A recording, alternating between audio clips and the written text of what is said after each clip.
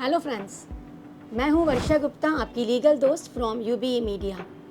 हम कहीं ना कहीं टॉपिक नया नया आपके लिए लेकर आते हैं और समय समय पर आपको ऐसी जानकारी देते हैं जो आपके व्यवहार में, आपकी पर्सनल लाइफ में आपको काम आए। हम अगर बात करें कि अगर डिवोर्स हो जाता है तो उसके बाद उसमें बच्चों के क्या राइट्स हैं, बच्चों की क्या ड्यूटीज़ हैं और उन पेरेंट्स की जो डिवोर्स ले चुके हैं उनकी क्या रिस्पॉन्सिबिलिटीज़ है बच्चों को लेकर।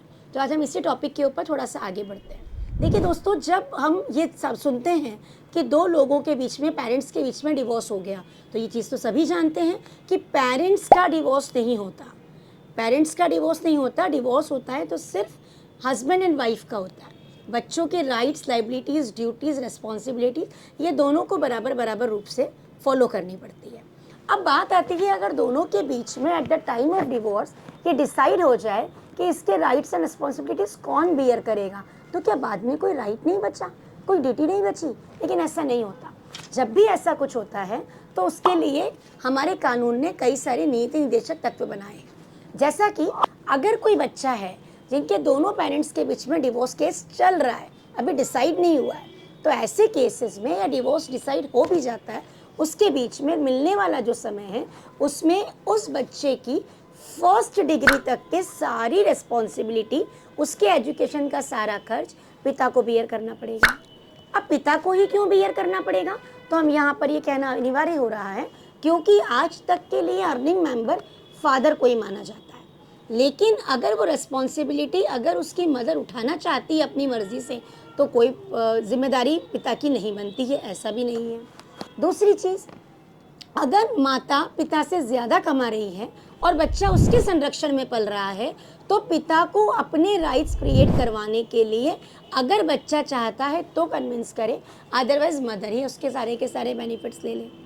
अब एक और बात, अगर माता के पास में उस बच्चे को अच्छी एजुकेशन देने के लिए पैसा नहीं है, लेकिन कोर्ट ने डिवोर्स ऑर्डर कर दिया है, तो क्या होगा? तो ऐसे केसेस में बच्चा अपनी तरफ से दत्तक पुत्र की हैसियत से, चाहे वो उसके खुद के फादर नहीं हो लेकिन वो दत्तक पुत्र हो, तो भी डिमांड कर सकता है। अगर वो बायोलॉजिकल फादर है, उसी का पुत्र है, तब भी डिमांड कर सकता है, या पुत्री है तो भी वो डिमांड कर सकती है। अब इसमें दो चीज़ें हैं। पहली चीज़, first degree of education is what? First degree of education is bachelor degree. Bachelor degree जब तक कि बच्चा नहीं ले लेता तब तक के सारी राइट्स, सारी खर्चे पढ़ाई के और सारी चीज़ें पिता को वहन करनी है, या दोनों में से जो ज़्यादा अर्निंग मेंबर है उसको वहन करनी है। दूसरी चीज़, अगर कोई पुत्री है जो डिपेंडेंट है अभी तक माँ के ऊपर, 21 वर्ष के होने की बात और बीच में आती है, या तो 21 वर्ष पूरे कर ले या पहली डिग्री ले ले, दोनों में से जो पहले हो जाए वहाँ तक के सारी राइट्स एंड रिस्पॉन्सिबिलिटीज़ उस पेरेंट को बियर करनी है।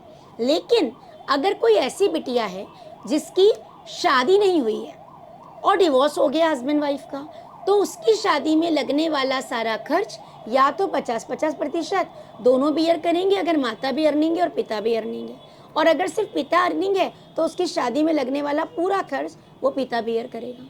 और अगर वो ऐसा नहीं करता है तो क्या करना चाहिए? तो सुप्रीम कोर्ट में सीधे के सीधे डायरेक्शंस दिए हुए हैं कि यदि ऐसा कुछ होता है तो ऐसे केसेस में वो मेंटेनेंस के राइट क्रिएट कर सकता है, just same as the maintenance act 125 of the maintenance act. It is clearly mentioned that if the child is having a right to create themselves or to livelihood or to the education or to the marriage or whatever the rights he have, वो सब वो generate कर सकता है in the form of maintenance act 125 section में against his father और the mother on between both.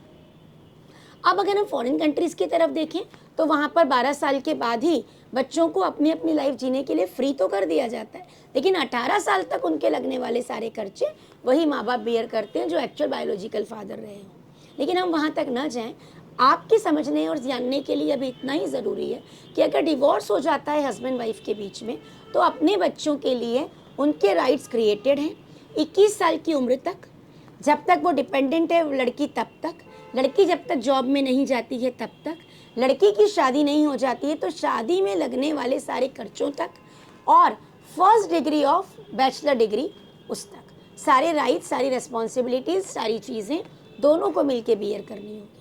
अब अगर कोई कस्टडी केस दोनों के बीच में आ गया है और उस कस्टडियन राइट में उसके सारे rights and responsibilities at the time of custody order अगर वाइफ को दे दिए गए हैं और उसके अगेंस्ट में उसने एक हैंडसम अमाउंट अपने पॉकेट में ले ली है, तो ये राइट्स एंड लायबिलिटीज़ को जनरेट फिर से बच्चा नहीं कर सकता, क्योंकि ये डिसीजन उसकी मदर उसके बिहाफ पे at the time of custody ले चुकी है और कोर्ट अपनी तरफ से सारे राइट्स दे चुकी है और कोर्ट ने एक लमसम अमाउंट आपके लिए जमा करने को कह दिया है। ऐसे केसेस में बाद में कुछ भी राइट जनरेट नहीं होता। अब हम बात करें थोड़ा सा इस टॉपिक को आगे बढ़ें तो, कि क्या डिवोर्स होने के बाद में पिता की प्रॉपर्टी में बेटे का राइट या बेटी का राइट जनरेट होता है?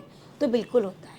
Not only in the life of property of father but for the property of their ancestrals, for their the grandfathers, उनकी एंसेस्ट्रल प्रॉपर्टी, पापा की एंसेस्ट्रल प्रॉपर्टी जितनी भी रहेगी उसमें भी पुत्र का बराबर राइट होगा। इवन अगर एक छोटा सा टॉपिक और इसमें हम थोड़ा सा बढ़ जाएं तो इवन अगर हस्बैंड की डेथ हो जाती है तो भी वाइफ के बच्चों का राइट उसके पापा की एंसेस्ट्रल प्रॉपर्टी पर और उसके पापा की प्रॉपर्टी पर भी रहेगा, even at the death of the father.